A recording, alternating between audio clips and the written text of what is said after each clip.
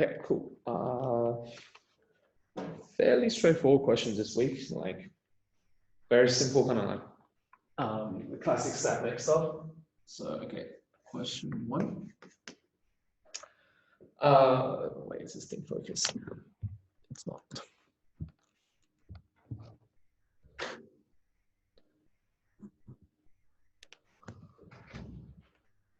Okay, it's better now. All right, cool. So question 1, you want to find the construct the grand canonical ensemble, find the probability function, and you want to do it by maximizing your entropy. So you're given that the entropy is equal to the classic definition. So here you have some over the number of particles and the some like state. So P indexed by NR log of P indexed by NR. So just the standard Boltzmann definition. And you're subject to a couple of constraints to when you're maximizing this entropy. So your constraints, there are altogether 3 of them. The first one is just the probability constraint. So sum of all the probability has to equal to 1. Or if there's different chalk as well.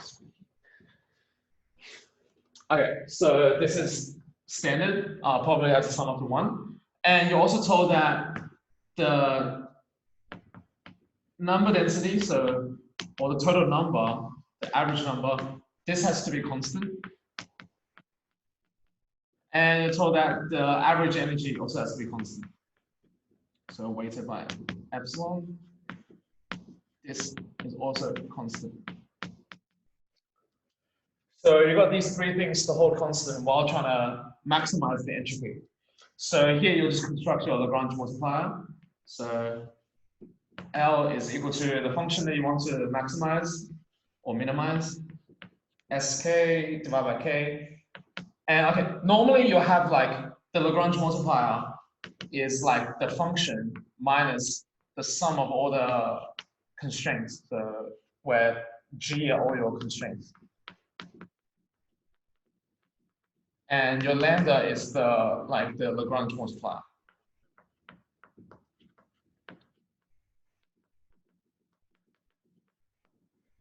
But in this case, we're gonna like kind of jumble up the signs a bit. So some of the constants I'll say plus, some of them I'll say minus. It really isn't that important because at the end of the day, it's just a constant. I could always go back and I could always go minus all of them for now and then come back and redefine the sign later. But you'll see later that this definition of like kind of plus or minus just makes the later parts slightly easier. But you could do this completely agnostically and just have like minus lambda sum of P and R minus alpha, another constant, sum of P and R n minus beta and R epsilon. So in general, you can just write it out like this if you want, but in this case, I'm just going to preemptively change the sign of these 2 constants because I saw the answer and I know that it makes things a bit easier. Okay, so this is the thing you want to find the extrema of. So you take the derivative of that. So now we do dp m prime r prime. So you have to just like be careful with the notation here. These are summed over nr, n and r, n and r, and r, and r. But here, when I'm taking the extrema of this Lagrange multiplier, or this Lagrange function, then I'm only taking derivative with respect to one particular n and one particular r. So the m prime tells me that I'm not going through every single one in the summation, I'm just picking one out. So you're going to get some Kronecker deltas in there, but you can just think of it as that if you take this derivative with respect to any n and r that's not m prime, r prime, the term goes to 0 and disappears. So you pick out one particular value of n and r. Okay, so differentiate this and set to 0 to get the maximum. So yeah, what you'll get is that if you put in the definition of S and K in there as well, you'll get minus log of P and R minus 1 plus lambda plus alpha n minus beta epsilon n prime r prime is equal to 0. So yeah, this first two terms came from the SNK. When you take a derivative, you get the chain rule there. So you get two of them, a product rule, so you get two of them. This lambda comes from here where you just picked out one particular P n prime r prime, and when you take the derivative, it just becomes 1. And these two, you lose the P and R because of the derivative, but then you keep the alpha n and beta epsilon. Okay, now that you got that, you can just minimize it. Oh, you can just solve this equation. So what you end up getting is that P of nr, P of nr is equal to epsilon of lambda minus 1, epsilon of alpha n minus beta epsilon. Yeah, I'm going to drop the indices here, but it doesn't matter. So nr.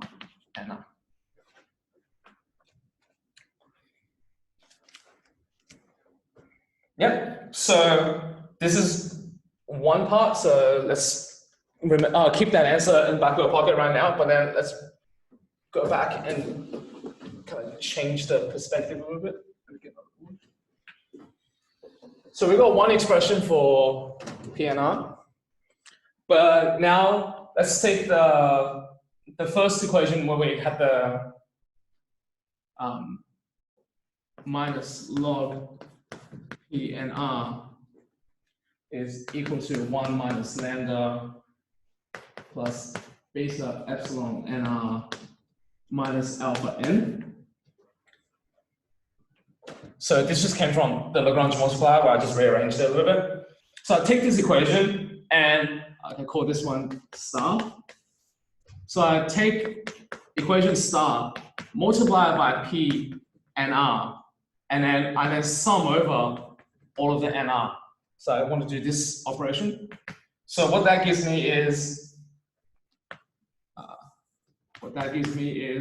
minus sum of NR, PNR, log of P NR is equal to 1 minus lambda plus beta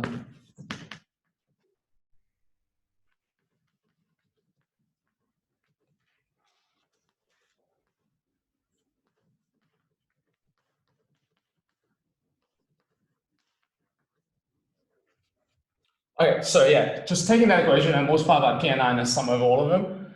The one for 1 minus lambda, when I multiply by P and R and then sum over all the N and R, this is just a constant, comes out the front. So all I get is sum of over all the probabilities, so that equals 1. So that's why I don't have anything behind this term, because I just use the definition of probability here. But all these other ones, you multiply by P and R and then you end up getting averages, so you can't make them go away immediately. But then what you can now look at is that this first term is literally just a definition of the Boltzmann entropy. So this term is S on K. Yeah. And this is the average energy. So this is average epsilon. And this is average number. So I get another equation here where S on K is equal to 1 minus lambda plus beta epsilon minus alpha n. Yeah, or I could rewrite this as S is equal to K 1 minus lambda plus beta epsilon minus alpha n. Okay, and now I refer back to the first law of thermodynamics, like with slightly different notation, but same thing. So if you recall, ds, the average energy. This is 1 over temperature. And ds, the average number, or just dn in the classical thermodynamics, where we didn't have to care about like distributions and averages. this is minus the chemical potential divided by temperature. So we know these two to be true from first law of thermodynamics. And we now have this equation for S as a function of all these variables. So we can do these derivatives with this function explicitly. And we see that ds d epsilon in this case is equal to beta k. And ds dn in this case is equal to minus alpha k. And so with these two equivalents, we can then say, okay, beta is equal to 1 over the Boltzmann constant times temperature, as you've probably seen it a couple of times defined already. And alpha is the chemical potential divided by kT, or in other words, chemical potential times beta. So this is the reason why we chose the minus sign. We flipped the sign for alpha in the Lagrange multiplier because, well, you pre-anticipated this. I pre-anticipated this minus sign here. But if you did it completely agnostically at the beginning and you just put alpha as a minus, then you just have to redefine alpha to flip the sign here. But the answer doesn't change. So yeah, you get these two relationships between alpha and beta. Okay, so now that you have an expression for alpha, expression for beta, and you have an expression for your probability in terms of those, then you can now go back and rewrite them in terms of thermodynamic variables. So recall back here that we've ended up here where P and R is equal to this, but with alpha and beta, but now we can put them in terms of Boltzmann constant and temperature. I might rub some things out.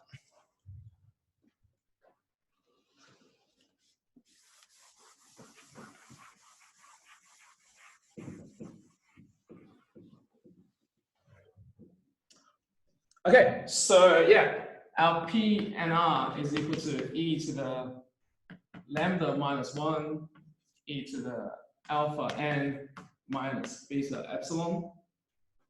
Okay, this thing is obviously a normalization constant in front of us, in front of the energy dependent term. And remember for probability functions in StatMech, the normalization is defined to be the partition function z.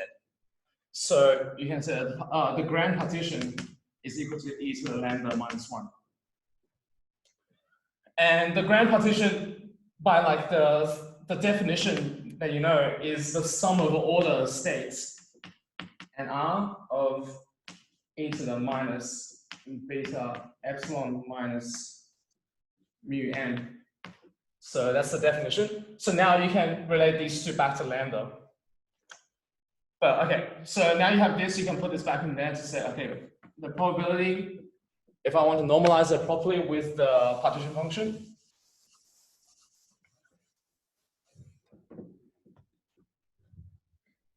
oh, sorry, this is 1 minus lambda. Because this is technically 1 over z.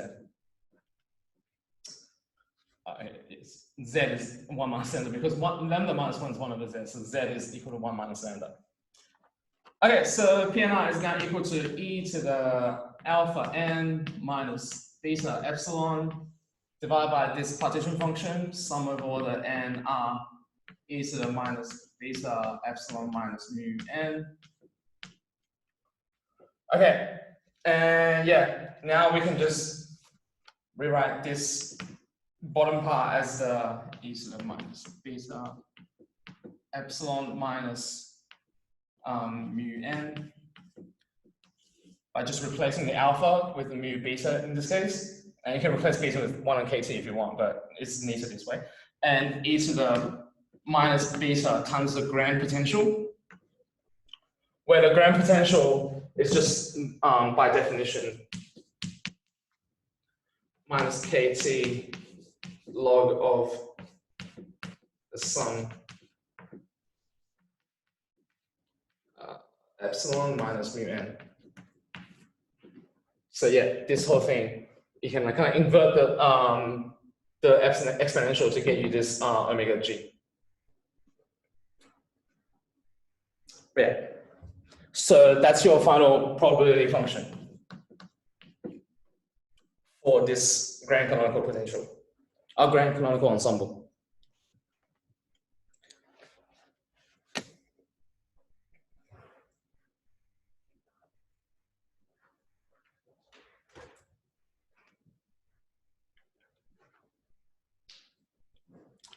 Yeah, all good. Cool.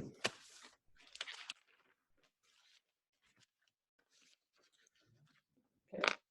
Question 2 then. Yep. What exactly is a partition function? A partition function, like classically, you can think of it as something that normalizes your probability distribution to make sure that you sum of all the states, you actually get back like a probability, sum of all the probability equals to 1. Right. Yeah, but it's also known as like generating function. What it means is that it contains all the information of the system that you're studying, and from the partition function, you can extract all the relevant information you care about, like pressure, energy, by taking derivatives of it. So it's kind of like, you know, like the Mario brick, every time you hit it, you get a coin out. It's like you keep hitting the partition function with derivatives, you get out like physical information. Yeah, so you think of it just like a black box that contains all the like relevant stuff to your system. I don't know what the historical naming convention is. Yeah. Yeah. Yeah. So E minus 1, like that's going to be the normalization thing. Sure. Yeah.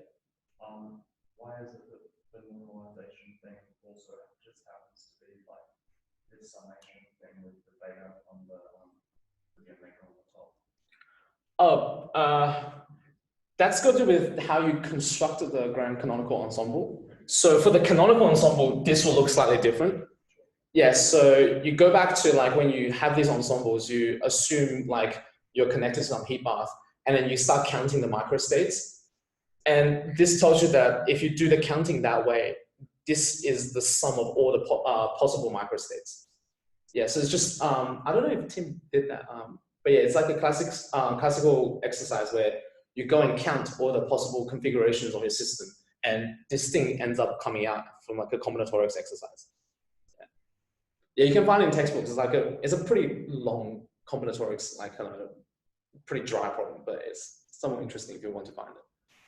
I can't tell you on top of my head how to do it.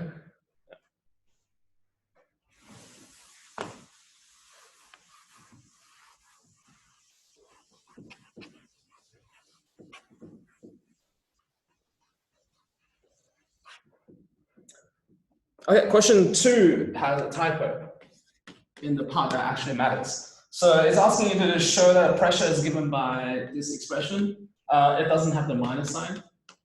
So if you actually try this and you end up seeing a minus sign there and you don't know what happened, it's because the question's wrong. So yeah, you're meant to show it's just positive. Boy, this thing is not focusing very well today. Hello? Yeah, okay, good. Okay, so yeah, show the pressure is equal to that. Okay, so in this case, the starting point is a bit funny. So you consider your energy is energy of some state, J. You consider your energy to be a function of volume. That's not so far-fetched. Like your energy probably depends on the volume, because as you change the volume, the temperature changes and stuff like that, and you do work and all that. So your energy changes. But the point of doing this is that within some volume shell, V plus dV, this change in like a microscopic change in volume, you can then relate this to an infinitesimal change in energy by doing like a chain rule kind of idea. So you can write the change in energy in terms of change in volume connected via this Jacobian looking object. Okay, so knowing this, then you then go say, okay, now let's consider the work done by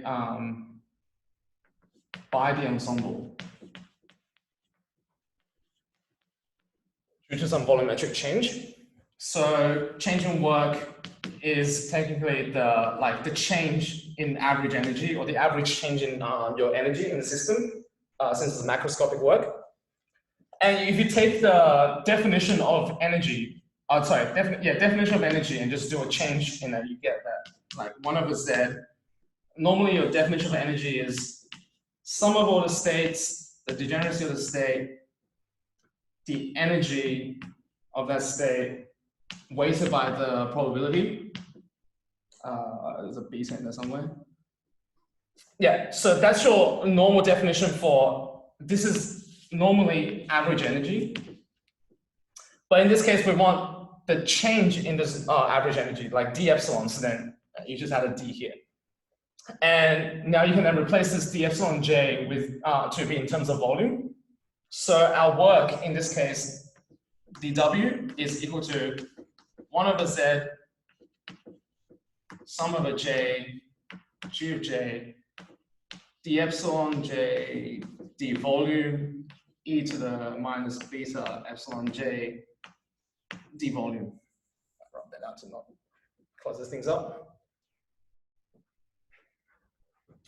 So yeah, so you now have an expression for the, and okay, you need to add a minus sign in here because we're talking about work done by the ensemble rather than work done on the ensemble, so you pick up a negative sign. But yeah, this is the work done by the ensemble. And if you look at this term in here, the d epsilon dv times by the exponential, I need some space. You don't need this anymore. Okay, so just looking at this term, d epsilon j dv e to the minus beta epsilon j, and with the summation in front of it. Okay, this term altogether, if you look at it, it's actually like, it could be rewritten as a, like a product rule, not a product, chain rule kind of thing. Minus 1 on beta d dv sum over j, g of j, e to the minus beta epsilon j. So yeah, if you hit this thing with ddv, then you pick up a minus beta out the front, and then a d epsilon dv due to the chain rule. So these two expressions are equivalent, but we want to work with this one because it helps us simplify the work expression better. So this, if you look at it, this thing is summing over all the possible e to the minus beta energy with the degeneracy. So this thing is just a partition function. So this is then equal to minus 1 on beta dz dv. Since everything in the bracket is the sum of all the possible energetic states, so it's the partition function. Okay. So now we have this, we plug it back into the work expression down here. So we can see it simplifies. So the work is in fact given by 1 over z from here, and then a 1 over beta dz dv from this summation, and then a dv at the end. Okay, you have a 1 over z dz dv. You can rewrite this as d log z dv dv. Just absorbing the 1 on z into the derivative. Okay, and now if you just look at this in terms of your normal definition for work done by a volumetric change, it's just equal to pdv. Then, okay, the dv is the same, so whatever coefficient in front of dv must be the pressure. So then p is equal to this whole thing up here, which is exactly what you set out to find.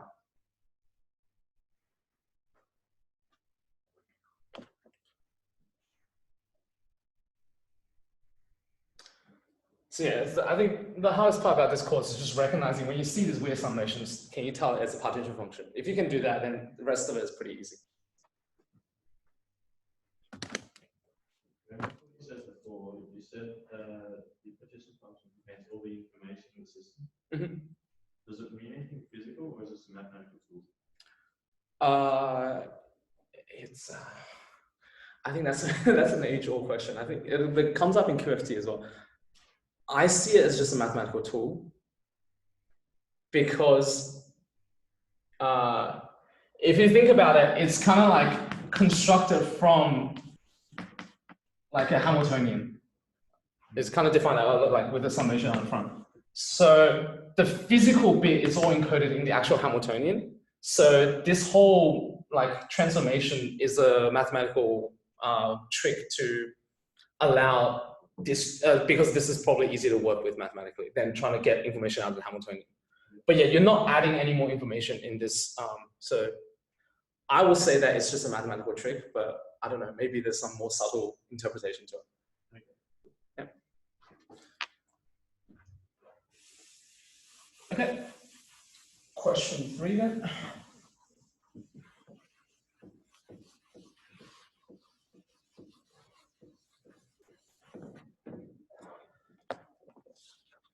Question 3 is dielectric. So consider dilute gas made up of molecules. Each have a permanent.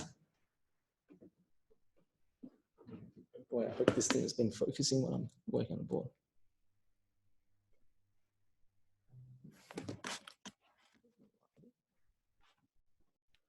That's a bit more stable. Okay, so yeah, question 3. Consider dilute gas made up of molecules which have permanent electric dipole moment mu, energy h of the molecule, in an electric field E pointing in the z direction, can be written as, okay, you have your Hamiltonian that's made up of like your translational part, your rotational part, and some like dipole interaction.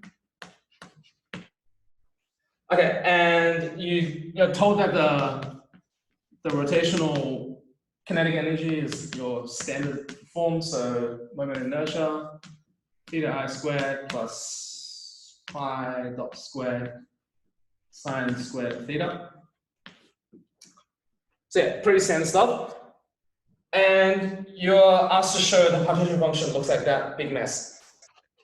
So okay, firstly notice that these are velocity coordinates which don't belong in the Hamiltonian. So you have to first write out your Hamiltonian in terms of the canonical coordinates,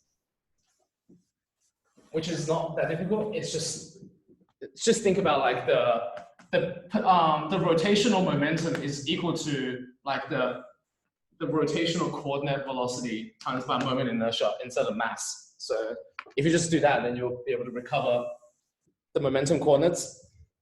But yeah, your Hamiltonian in canonical coordinates is given by p theta squared divided by 2i plus p phi squared 2i sine squared theta minus mu e cos theta. Hello. Okay.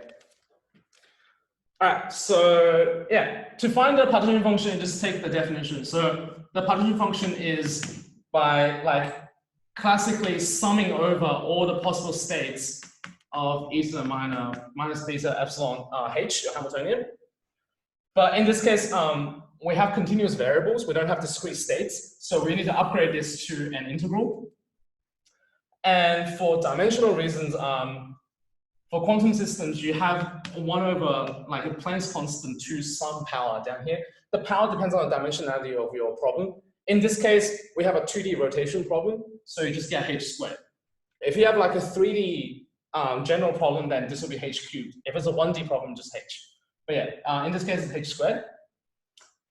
And the integral has to be over all the possible like kind of coordinate range. So in this case, it will go from first 0 to pi for the polar angle, the theta, and then 0 to 2 pi for the azimuthal, the phi, and minus infinity to infinity for the p theta, minus infinity to infinity for the p phi, and integrate all of this for e to the minus beta h. Okay, and e to the minus beta h will have all of these terms. So each one will get affected by each of these integrals like differently depending on what variables they depend on. So let's just do it term by term because doing it all together is impossible. And with the exponential, we can separate the exponential into individual exponents. So we can work through it individually. So let's look at the first term. So you first have the phi momentum integral, dp phi. And this will affect this term, so e to the minus beta p phi squared divided by 2I sine squared theta. And okay, these integrals, you either put them into Mathematica or you recognize that this is the Gaussian integral. So Gaussian integrals, if you have e to the variable squared with like a constant coefficient on the front, then there's like a standard formula for it. It would just be the square root of like the inverse of the coefficient. So in this case, is this sine theta. You can look this up if you don't believe me. But yeah, it's a standard result. And same for the next integral for the dp theta integral. This one will only affect the first term with p theta in it, so e to the minus beta p theta squared on 2I. It's again a Gaussian integral, so this will be square root of 2 pi I on beta. And moving down the list, we've done p phi, done the p theta, that's the d phi. So going from going from 0 to 2 pi for the azimuthal, d phi, nothing depends on phi in my Hamiltonian. So this will just be a trivial integral and just equal to 2 pi.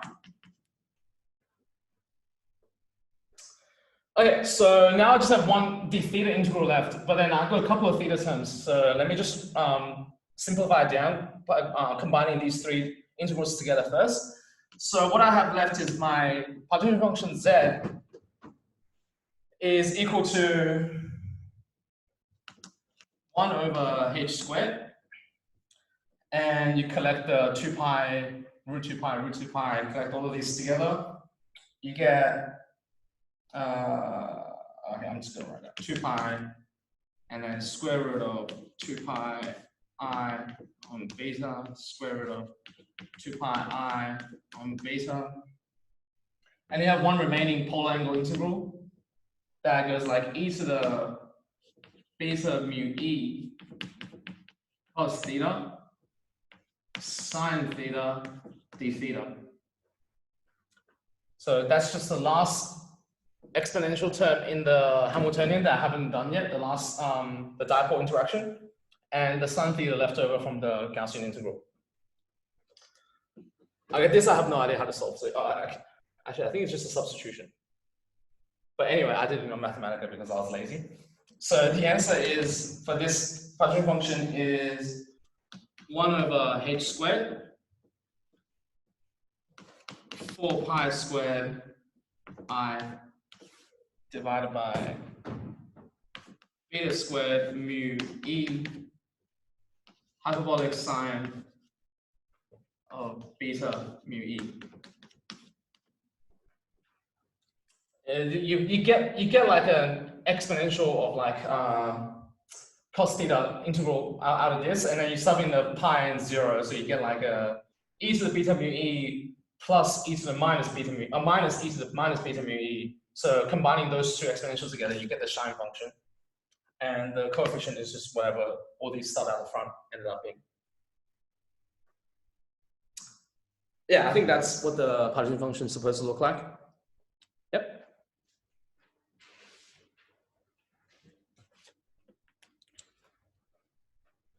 Might be worth remembering these Gaussian integrals because technically in an exam that counts as like a doable operation in your head. Okay.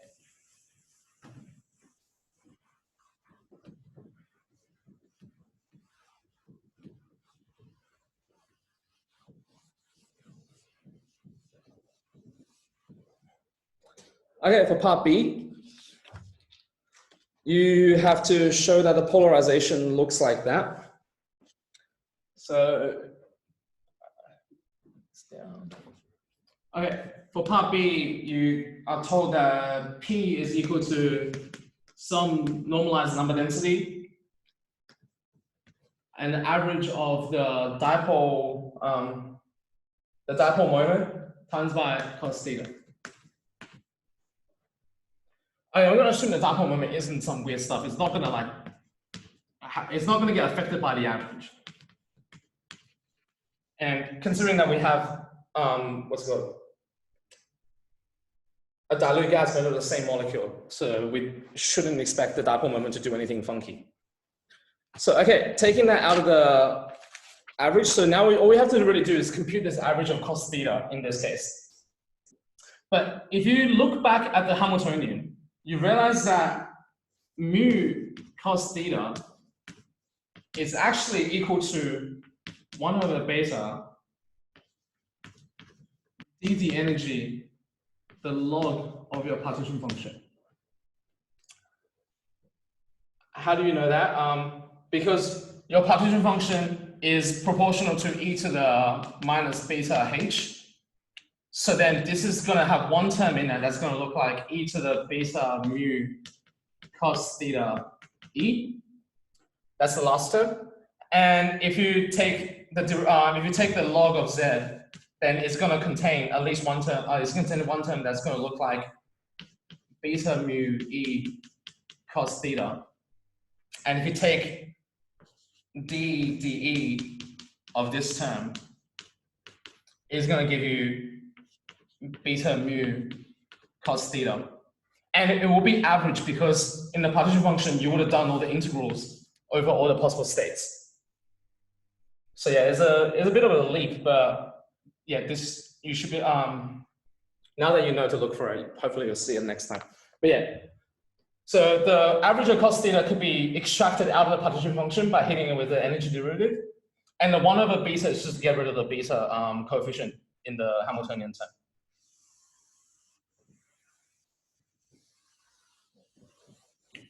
Okay, so now that we convince ourselves of that, okay, so we rewrite our pressure as equal to n naught on beta dDE of the log of z. But instead of z as a general partition function, we have evaluated what the partition function is. Or in fact, the question gave it to us. Even if you didn't figure out part 1, you could just sub in the expression for z into here. So the expression for z would have included 1 over h squared, a pi squared I over beta squared mu e, hyperbolic sine of beta mu e. So, okay, it's an ugly ass integral. You have to take the derivative of this whole thing with respect to e, but like, it's not impossible. Like, it would just be a chain rule plus a product rule. And I'm sure you probably don't want to see it. Like, you can just put this through like mathematically if you want. But yeah, if you go through it, you end up finding that this is equal to n naught. I write down one intermediate step. N naught on beta. So after the derivative, you get h squared beta squared mu e divided by a pi squared I hyperbolic sine of mu beta e. And in the bracket with the product rule, you get something horrendous like 1 over h squared a pi squared I divided by beta e hyperbolic cosine of beta mu e. Am I going off the screen? Yeah, I kind of am. Okay, then minus a pi squared I hyperbolic sine beta mu e, all divided by h squared beta squared mu e squared.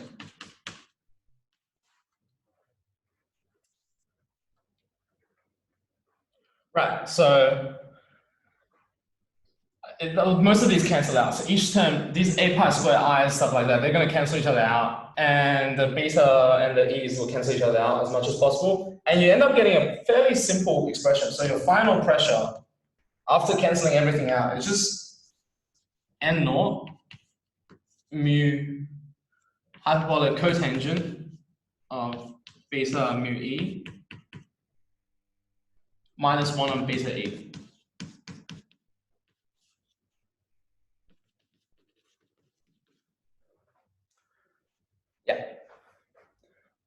Getting to this step onwards is basically just crunching math. And if you put into like if you just put into a program, you should get to this fairly easily. And yeah, that's the pressure form that we are supposed to get. Or if you, okay, they had KT there, but 1 on beta is equal to KT, so it's technically the same.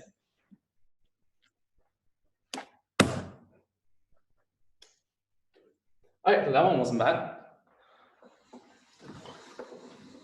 And for part C,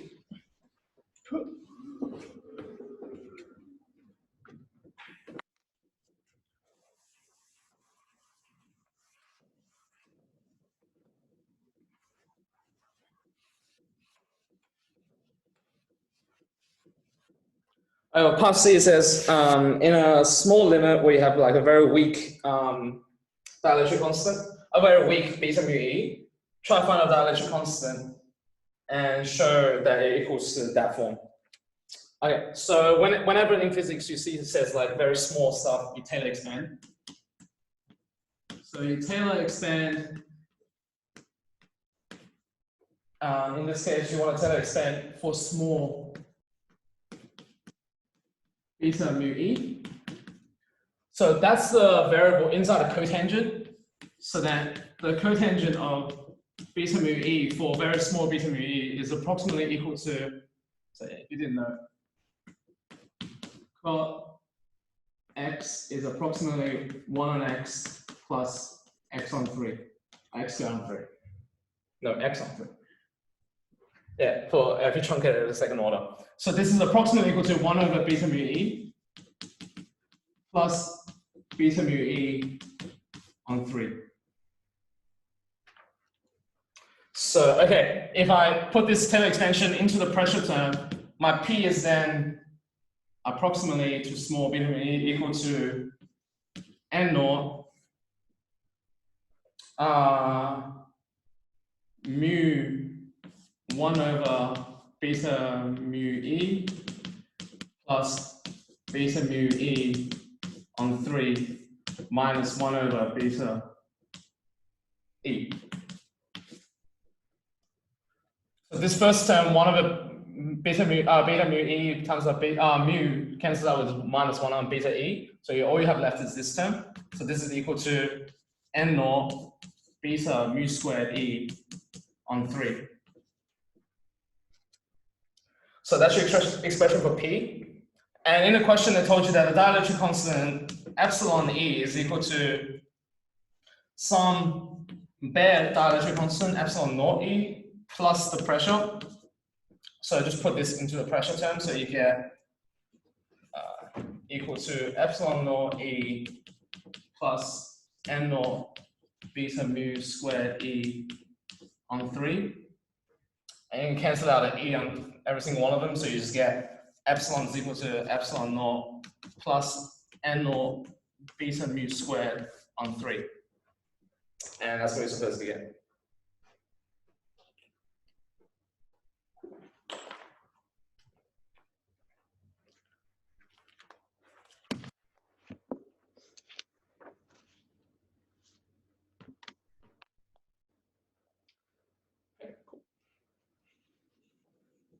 I have time for one more.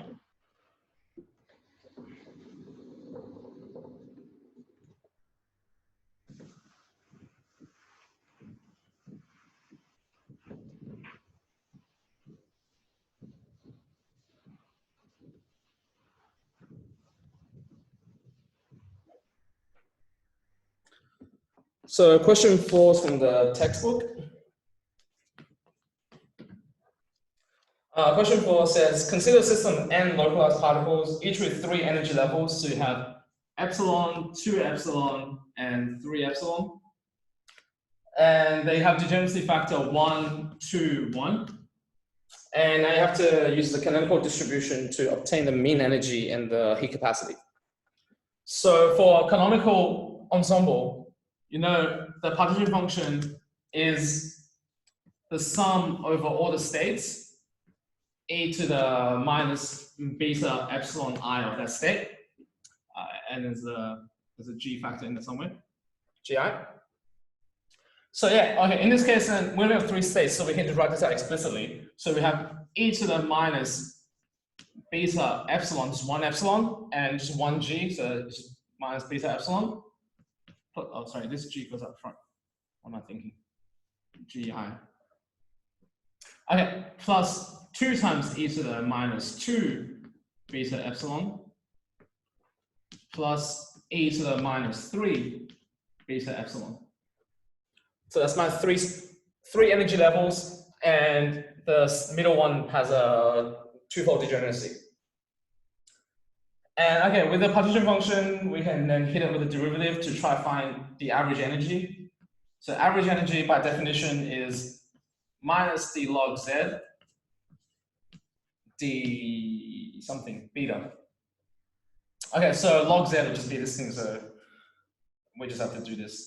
It's pretty ugly, but it's so this derivative equals minus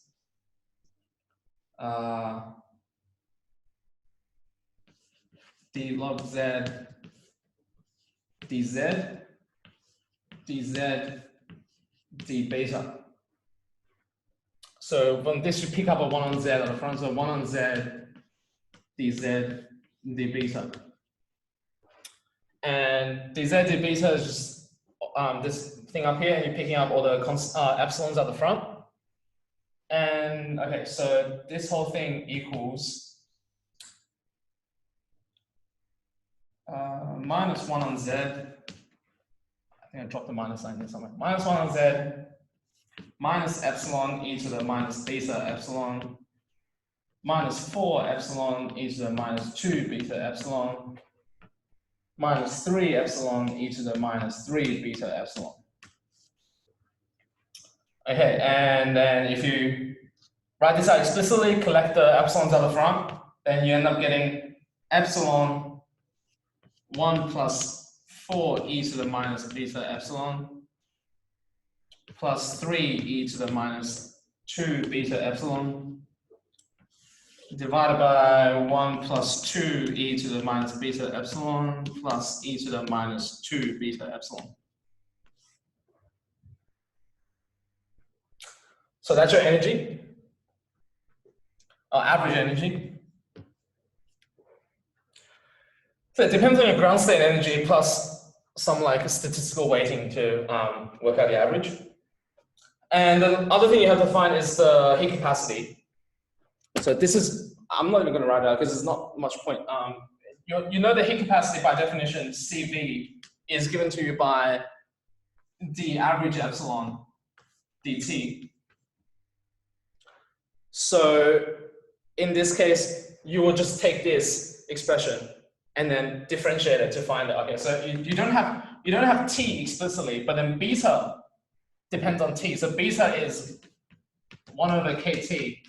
So you can, this actually does make sense. You just have to rewrite it a bit to get minus 1 on kt squared d epsilon dt. And then the rest of it, just going through all of this ugliness and working out what this expression looks like. Yeah, I didn't bother doing it. I put it into Mathematica and it looks really ugly. But yeah, I think the answer, I uploaded the answers, so it's there if you want to see if it looks like it. Oh, cool, 10 minutes, so we can actually finish the last question as well.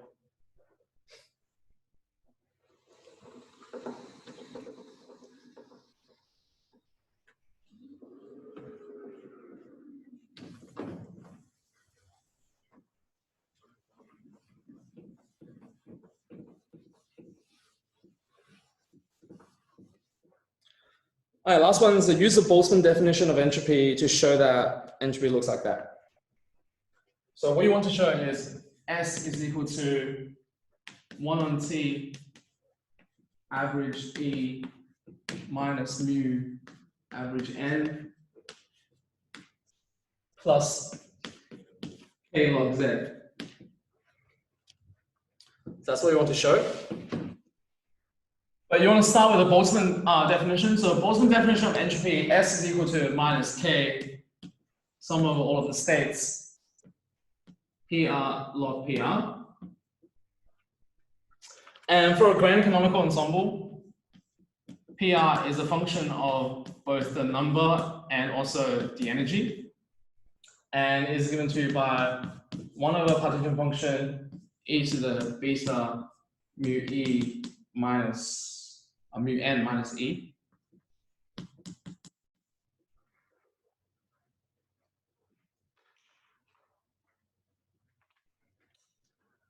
Okay. So then the log of the probability, which is the log of that thing, so it'll be minus beta e minus mu n. Sorry, I don't know why I keep switching the e and mu n's around, but it's the same thing. Minus log of z. Okay, so then given PR and log of PR, then we just plug into this definition of entropy. Then we get entropy is equal to minus K sum over all of the states. In this case, our states are summing over all of the possible numbers and also possible energy. So here's sum over n e. E to the beta mu n minus e, I've switched it again, divided by z, and then times by log of p, so minus beta e minus mu n minus log of z. And okay, if you expand this bracket out, you get minus k, no, sorry, you take the minus sign out of there, and then you expand the bracket out, so you cancel out with the minus k, so it's just k, divided by the z. The z is it doesn't care about this summation, so you come out the front. So you get k on z, sum over all the n and e's. First term is beta e minus mu n, e to the minus beta e minus mu n, I'll switch it again, plus k on z log of z sum over e and n, e to the minus beta e minus mu n. Alright, so those are two terms. In this case, all of these, you don't actually have to evaluate them because they all have like a physical meaning. So for the first one here, this one, you have sum over all the states weighted by e times by this exponential in a grand canonical partition function. So this whole thing is just the probability weighted by an energy. So it will give you the average energy. And this second term, which has your probability summed up but weighted by the number, so this gives you the average number. And then this last summation, where you have sum over just the probability, then this is the unnormalized probability function where the probability has 1 over z, but you just have the summation at the end. So this will sum up to equal to z. So when you divide by times by 1 on z, this probability will be normalized. So this is just a summation of unnormalized probability. So overall, you actually just have your S. S is equal to K. So here, K, beta,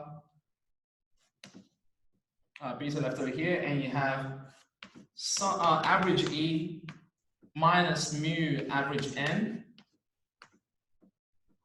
plus K log Z. So the 1 on Z got cancelled with the Z from the summation, and this 1 on Z goes with the summation to find the average E and average N.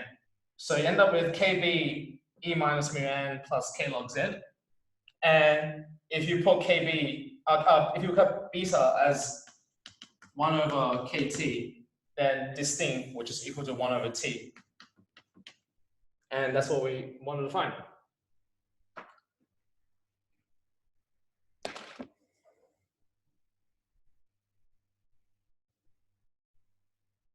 Yeah, so it's all about just messing around with the partition function. And when you see these summations, practice heaps so you can recognize them for what they are, and the rest of it should be fairly straightforward.